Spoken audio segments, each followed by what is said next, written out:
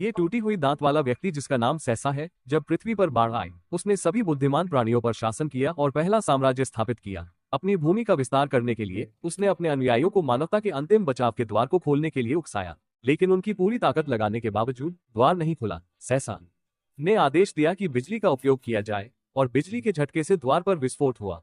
सभी प्राणी अपनी पूरी ताकत से प्रयास कर रहे थे।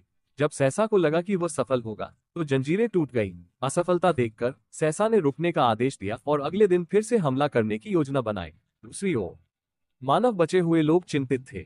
लड़की यांग यान ने कहा कि वे निष्क्रिय नहीं रह सकते और उन्हें बचने का रास्ता खोजना होगा, लेकिन उसके विचार का एक बूढ़े आदमी ने विरोध किया, ये कहते हुए कि उनके पास जोखिम लेने की क्षमता नहीं है। दोनों के बीच बहस हो गई। इस बीच दूसरी ओर प्राणियों के मुख्यालय में भी कुछ हो रहा था। युवा प्राणी नोआ सैसा के तरीकों से सहमत नहीं थे। नोआ जंगल के गहरे हिस्से में स्थित एक स्वतंत्र प्राणी जनजाति से था। उनकी जनजाति बाजों को प्रशिक्षित करके मछली पकड़ने पर निर्भर थी। इस दिन नोआ और उसके साथी बाज के घोंसले तक पहुंचे। उन्हें प्रत्येक को एक बाज का अंडा लेना था। उसे सेते और प्रशिक्षित करते थे ताकि जनजाति के सदस्य के रूप में स्वीकार किया जा सके। लेकिन घोंसले में केवल 3 अंडे थे और नियम के अनुसार एक अंडा बाज के लिए छोड़ना था। नोआ ने अपने साथी को अंडा दिया और खुद एक और अंडा खोजने के लिए निकल पड़ा। ऊंचाई पर चढ़ने के लिए नोआ ने पास की स्टील पाइप को तोड़ दिया और उसकी मदद से चट्टान पर चढ़ गया।